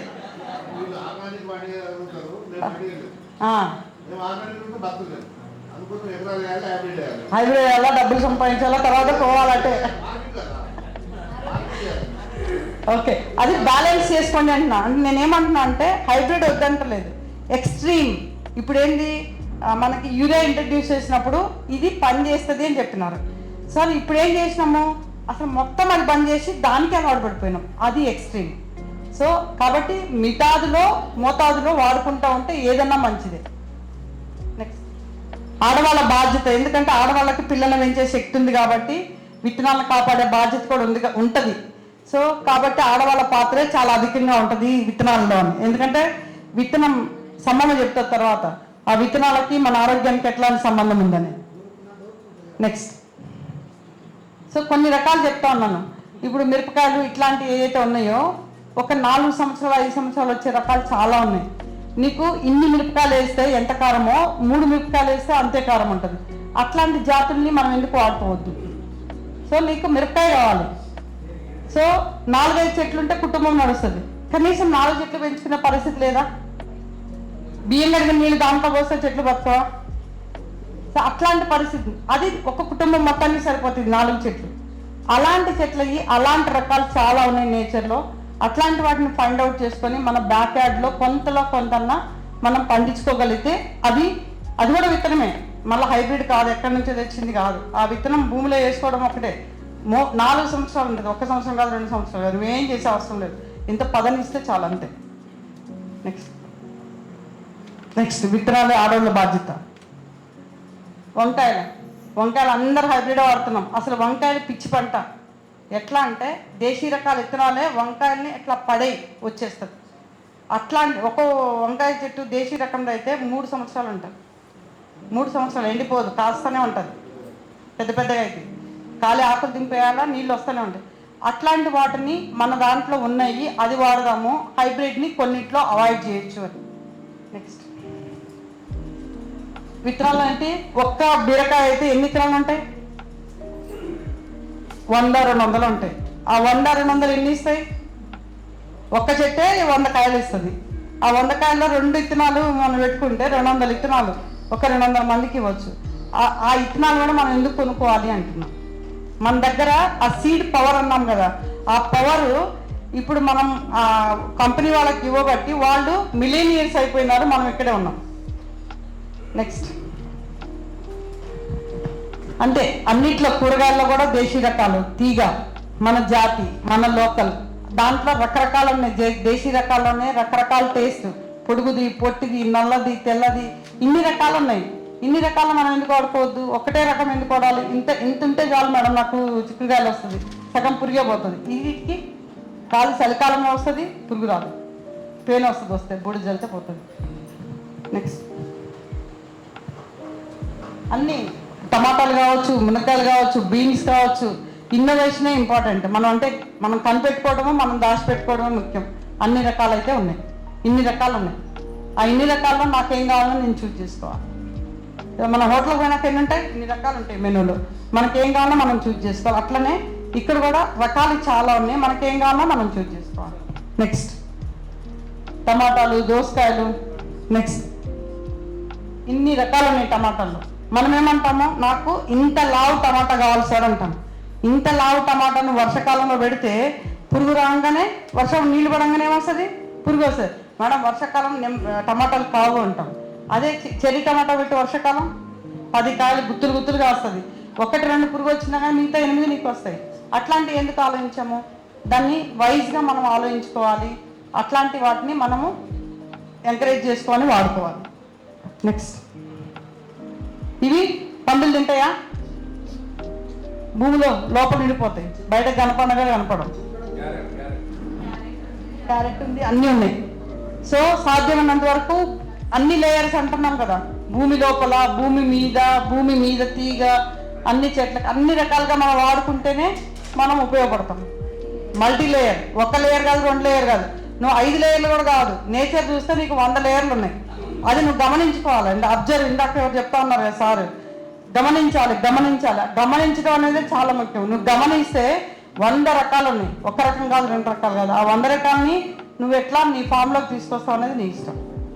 నెక్స్ట్ ఎప్పుడు ఒకటే రకం 100 బుట్టలు పండించినాం అనేది కాదు. నన్ను అడుగుతారు, మేడం పర్మాకల్చర్లో ఎంత ఈల్డ్ వస్తుంది అని. నేను అంటాను, ఎంత ఈల్డ్ వచ్చిందో, నాకు 10 గంపలు చిక్కుడుగా వేస్తే తినేటోళ్ళు లేరు. అదే 10 రకాలు వచ్చినాయి అనుకో, నేను ఆరోగ్యంగా ఉంటాను, మనుషులు ఆరోగ్యంగా ఉంటారు, చుట్టుపక్కల వాళ్ళు, పశువులు, పురుగులు అన్నీ ఆరోగ్యంగా ఉంటాయి కదా. అందుకని వైవిధ్యత అంటాను నేను. సో మీకు 100 క్వింటాలు ఒకటే రకం కావాలన్నా, 10 రకాలు ఒక్కొక్క క్వింటా కావాలన్నా, అది కూడా మనం నిర్ణయం చేసుకోవాలి. డబ్బు అనేది, మార్కెట్ అనేది నువ్వు ఎట్లా మార్కెట్ చేసుకుంటావు, అది నీ పవర్. సో మిగతాది తినటం అనేది మన చేతిలో ఉంది. ఇప్పుడు అదే ఒక పసుపు ఉందనుకో, నువ్వు ఉడకబెట్టి అమ్మితే 12,000 క్వింటా అమ్ముతావు. అదే నేను పసుపు చేసి అమ్మితే 600 కిలో అమ్ముతా. ఎట్లా అమ్ముతావు అనేది నీ తెలివితేటలను బట్టి ఉంటుంది. డబ్బు సంపాదించడం అనేది వ్యక్తిగతం, మార్కెట్ చేసుకోవడం అనేది వ్యక్తిగతం, నేచర్ అనేది ఇస్తూనే ఉంటుంది. ఓకే, ఇట్లా రకాలు చాలా ఉన్నాయి చేసుకుంటా పోతే. నెక్స్ట్ నువ్వు ఎన్ని రకాలు చేస్తావో, ఎంత వైవిధ్యత ఇస్తావో. ఒక్కటి మనం పురుగు అనేది పెద్ద సమస్యగా చూస్తున్నాం కదా. నా అనుభవంలో 1997 నుంచి ఆ భూమిలో చేస్తున్నా. ఈ రోజు వరకు పురుగు మందు స్ప్రే అనేది లేదు నా డిక్షనరీలో. వైవిధ్యత అనేది ముఖ్యం, భూసారం అనేది 2. ఈ 2 ఉన్నప్పుడు నువ్వు అసలు పురుగు గురించి మాట్లాడే అవసరమే లేదు. ఇంతమంది పెస్టిసైడ్ కంపెనీలని పోషించాల్సిన అవసరం లేదు. ఇప్పుడు నీకు ఫైనల్గా అల్టిమేట్గా కావాల్సింది ఏంటి? నీ ఆరోగ్యం, నీ చుట్టుపక్కల ఆరోగ్యం. అది ఉందా లేదా? హెల్త్ ఈజ్ వెల్త్ అన్నారా? ఆరోగ్యం మహాభాగ్యం అన్నారా? ఆరోగ్యం మహాభాగ్యం సూత్రం పాటించాలనుకుంటే ఈ పద్ధతి, లేదనుకుంటే ఆ పద్ధతి. ఓకే, అది డిసైడ్ చేసుకోండి. అది అందరికీ వ్యక్తిగతం. నా అనుభవాన్ని షేర్ చేశాను. Thank you so much. అట్లనే నేను సమ్మమ్మని మాట్లాడమంటా. ఒక్క నిమిషం, ఆమె భూమిలో ఏమేమి ఉన్నాయి అనేది ఆమె చెప్తాను. మీకు అందరికి నమస్తే సారు. నా పేరు సమ్మమ్మ. నేను ఒక చిన్న రైతును. నేను ఒక 45 సంవత్సరాల కింద నేను ఒక DDSలో పనిచేసిన. అప్పుడు నాకు ఒక్క పూట తింటే ఒక్క పూట తినని మనిషిని నేను. నాకు 4 పిల్లలు. నాకు భూమి కూడా లేదు. గౌటాన్ భూమి ఒకటి, బండ భూమి అందరు పెట్టింది పరుపు బండ భూమి. ఇట్లా గీత పెట్టుకొని మా ఆయన గీత పెట్టి సామాన్ సజ్జలు ఇట్లా చల్లేసి DDSలకు పనికి అట్లా వెళ్ళిపోతుంటే, సంఘాలు చేయడానికి వెళ్ళిపోతుంటే, అక్కడ నాకు DDSలో ఏం పని పెట్టారంటే ఈ మందులు లేని వ్యవసాయం మీదనే పని నేర్పించిండ్రు అనమాట. మందులు లేని వ్యవసాయం ఎట్లా పెట్టాలి అనేది నేను కనీసం అంటే ఒక 35 సంవత్సరాల దాకా కౌలు భూముల మీద, మళ్ళీ పిల్లలకు ఆరోగ్యం మీద, అట్లా బాల్వాడి భూములల్లో భూములు లేని రైతులతో ఎట్లా మాట్లాడి వాళ్ళ కౌలు భూములకు పైసలు ఎట్లా ఇప్పించాలనే దాని మీద నేను పనిచేస్తాను. ఒక 35 సంవత్సరాల దాకా DDSలో పనిచేసినాను. కొన్ని దేశాలు కూడా చాలా తిరిగి వచ్చినాయి. అయితే అప్పుడు ఏమనిపించింది నాకంటే, సొంత భూమి అంటే మనిషి ఉంటేనే సొంత భూమి చేసుకోగలుగుతాం, లేకపోతే లేదు. నేను DDSలోకి వెళ్ళి బయటకు వచ్చి ఇప్పుడు ఒక 7 సంవత్సరాలు అవుతున్నాయి. నాకు ఏమనిపించింది అంటే, అప్పుడు మా ఆయన ఏం చేసిండు, ఆటనకు ఒక రాయి కొట్టిండు. గడ్డపరతను కొడితే ఫారెస్ట్లో ఎక్కపోతే వీళ్ళు ఏం చేసిండ్రు అంటే, sir Narsanna sir, Venkata sir ఉంది, అమ్మ ఈ ఫారెస్ట్ భూమిలో మనం చెట్లు పెడదాం, మీ బిడకల్లో మనం సంఘంలో 40 మందికి 40 ఎకరాల భూమికి మనం కొట్లాడదాం అనే మాట మీద అక్కడ మాట్లాడుకున్నప్పుడు నా భూమిలో సార్ ఒట్టి పంట, సార్ పంట మీద ఎట్లా ఇతరం వేస్తాము, ఏ పంట అయితే సార్ అని నేను అని. వెంకట సార్ నర్సన్న సార్ ఏమని చెట్టు కట్టిండంటే, లేదమ్మా దీనిలో చెట్లు పెట్టి నీకు చూపిస్తా, అప్పటిదాకా నీవు నమ్మవు అని బాగా మాట్లాడుకొని ఆ పరుపు బండ మీదనే ఆటల కూలిచ్చి గడ్డపరతను ఒక్కొక్క రాయి ఇంత పొక్కలు కొట్టిపించాలా. కనీసం అంటే ఒక 30 రకాల 40 రకాల చెట్లు పెట్టించి నా పరుపు బండ చేనులో. అప్పుడు చెట్లు సంవత్సరం అట్లకి పెరిగింది. ఒక్క సంవత్సరం కొన్ని నీళ్ళు ఇచ్చినాం. అయిపోయి భూమి మట్టి లేని భూమి, బండ రాయి కొట్టుకొని భూమి, రాయి భూమి అనమాట. రాయి కొట్టి ఇంట్లో కడుతుంటే అమ్ముకుంటుంటే అప్పుడు ఇక నాకు ధైర్యం వచ్చేసి నేను 35 సంవత్సరాల దాకా DDSలో పనిచేసాను. చూసిన ఈ బండ భూమితో కూడా నేను పంట పెట్టుకోవాలి. ఇక అట్లా ఒక 4 ఎకరాలకు రాయి కొట్టుతూనే రోజుకి 20-30 మంది మగ పిల్లలు రాయి కొడుతూనే అమ్ముకుంటూనే రాయికి నేను పైసలు అడగలేదు. వాళ్ళు అమ్ముకున్నారు ఇక కొట్టుకొని. అదే మట్టి రాయి రాలింది పరం లేక మట్టి అంతా దొబ్బుకుంటా ఇప్పటిదాకా వచ్చి నేను ఇప్పుడు 7 సంవత్సరాల సంది నా భూమికి వంగి నా భూమిలో పంటలు పండించుకోవడానికి ఇప్పుడు సిద్ధమైన. ఈ పర్మకల్చర్ పద్ధతి నేర్చుకొని కూడా చాలా మంచిగా నేర్చుకొని ఇప్పుడు ఏం చేస్తున్నా అంటే, ఒక 15 రకాల దాకా మామిడి చెట్లు పెట్టుకున్నా. ఇక పండ్ల చెట్లు అన్నీ కలిపితే ఒక 50 రకాల దాకా చెట్లు ఉన్నాయి నా భూమిలో. అదే పంట భూమిలో నేను కనీసం అంటే ఆకుకూరలు, కూరగాయలు, మునగ చెట్లు, పండ్ల చెట్లను కలిపితే నేను కనీసం అంటే 150 దాకా రకాలు నా చేనులో నేను 4-5 ఎకరాల భూమిలో సాగు చేసుకొని నేను అమ్ముకుంటున్నా. నా కుటుంబం, నా పిల్లలు కూడా నేను డబ్బుకు ఆశపడకుండా పని చేసుకొని బతుకుతున్నా సార్. దాని మీదనే ఇప్పుడు ఎంతమంది వచ్చి ఇట్లా నిలబడి చూస్తే కూడా నాది బండ భూమి. చాలా అవసరం అయిపోతున్నారు. అక్కడ ట్రైనింగ్కి వచ్చిన వాళ్ళకి కూడా నేను ట్రైనింగ్ ఇస్తా. అక్కడ నేర్చుకున్న పద్ధతులు మళ్ళీ ఈ అరణ్య సంస్థలు కూడా ఇప్పుడు మళ్ళీ 8 సంది కూడా నేను ఇప్పుడు లక్ష్మమ్మ చెప్పినట్లు నేను విత్తనాలు మొత్తం ఎత్తు పెడతా. అక్కడ ఏం ఆకుకూరలవి కానీ, కూరగాయలవి కానీ, పండ్ల చెట్లవి కానీ చాలా రకాల విత్తనాలు నేను కూడా ఒక 300-400 రకాల విత్తనాలను అక్కడ దాచి పెడతా, ఎండ పెడతా, తీసుకొస్తా పొలంలోకి వెళ్ళి. అట్లా నేను మళ్ళీ నా దగ్గర కూడా ఒక 4-5 మంది పిల్లలను, నా కోడళ్ళను పెట్టుకొని ఇప్పుడు చిన్న ఏజ్ పిల్లలు ఉన్నారు కదా, వాళ్ళకి నేర్పిస్తున్నాను అనమాట. నా వ్యవసాయం నేర్పిస్తున్నా. మళ్ళీ అరణ్య సంస్థలు కూడా ఏం పద్ధతిలో పాటించాలి, ఎట్లా వ్యవసాయం చేసుకోవాలి, మనకు డబ్బుతో ఏం అవసరం ఉన్నది, పొట్ట నిండా తిండి ఉంటే చాలు. ఇంకొక మాట సార్, మనకు ఇప్పుడు ఆడపిల్లకు భూమికి కొంతమంది తెలిసిన వాళ్ళు ఏమంటారంటే ఆడపిల్ల భూమి సమానం అంటారు. తెలుగు వాళ్ళు ఏమంటారంటే ఆడదంటే పడేస్తారు. ఇప్పటి లెక్కలు బట్టి మాకు ఏమనిపిస్తున్నది అంటే వ్యవసాయంకు ఆడపిల్లకి చాలా దూరం ఉంది. మగపిల్లలకి ఏమున్నది, కంపెనీలు, డబ్బులు, చదువులు, ఏం చేయాలంటే కూడా వాళ్ళకు దగ్గర సంబంధం ఉంది. ఇప్పుడు ఆడపిల్లల పరిస్థితి చూస్తే ఏడుపు వస్తుంది. ఇంకా కూడా చాలా బాధలు ఉన్నాం అనిపిస్తుంది. అప్పుడు 40 ఏళ్ళ కింద పెట్టినప్పుడు కూడా మేము చేసిన కష్టమే మా చేతికి రాకపోతుంది. మా మొగలు తెచ్చిందాక మేము చూసుకుంటూ కూర్చుంటుంది. ఆటోల కూలికి రూపాయి కూలికి కష్టం చేసిన చేతులు ఇవ్వమని.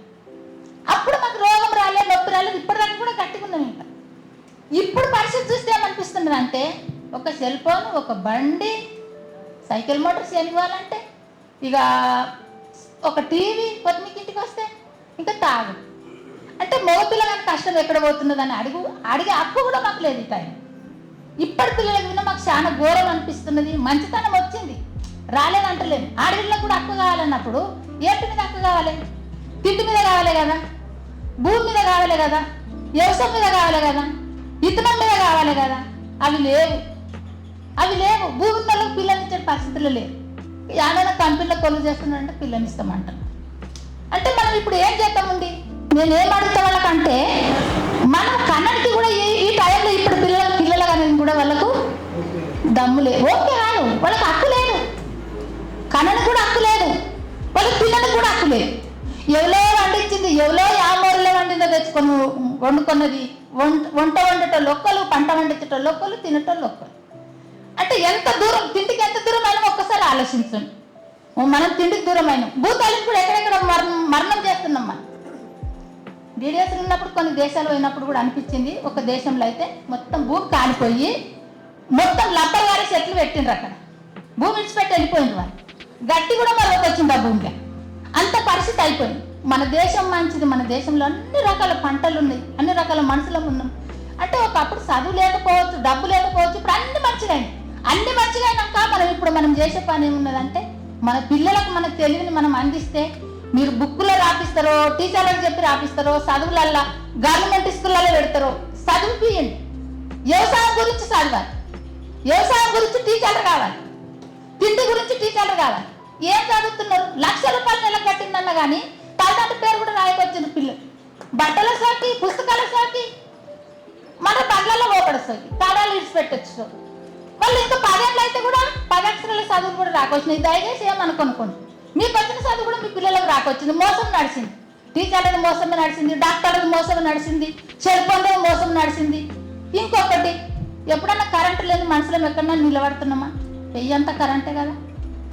లీడ్ అయితే కరెంటే, రాత్రి నిద్రపోతే కరెంటే, తోగలు నడిస్తే కరెంటే, నడిపిస్తే కరెంటే. అంటే మనం ఎక్కడెక్కడ మెత్తుకుంటున్నాం కరెంటు. మనం కాని పనులు, మనం దగ్గరికి సాగు తెచ్చుకునే పనులు మన దగ్గర ఎన్ని ఉన్నాయి చూసుకోండి. ఒక్కసారి ఎంతో మాట్లాడండి. ఒక్కసారి అందరు కూడా, మీరు ఒక్క పిల్లలు కానివ్వండి, 2 పిల్లలను కానివ్వండి కూడా మనకు ఛాన్స్ లేదు. ఛాన్స్ ఉన్నా కానీ మనం కనకి మనకు లెక్కలు లేవు. వాళ్ళు చెప్పాలి, మనం కనాలి. వాళ్ళు రమ్మన్న టైంకి పోవాలి, వాళ్ళు ఇచ్చింది మనం తినాలి, వాళ్ళు అన్నది పైసలు పోయాలి. అంటే మనకు హక్కు లేదా? కంటే నీ వీడుంటే నీ పిల్లవై వేరే దేశంలో, అంటే వేరే దేశంలో మనం అడగతిండికి పిచ్చోళ్ళమా? మన దేశంలో లేదా? డబ్బు లేదా?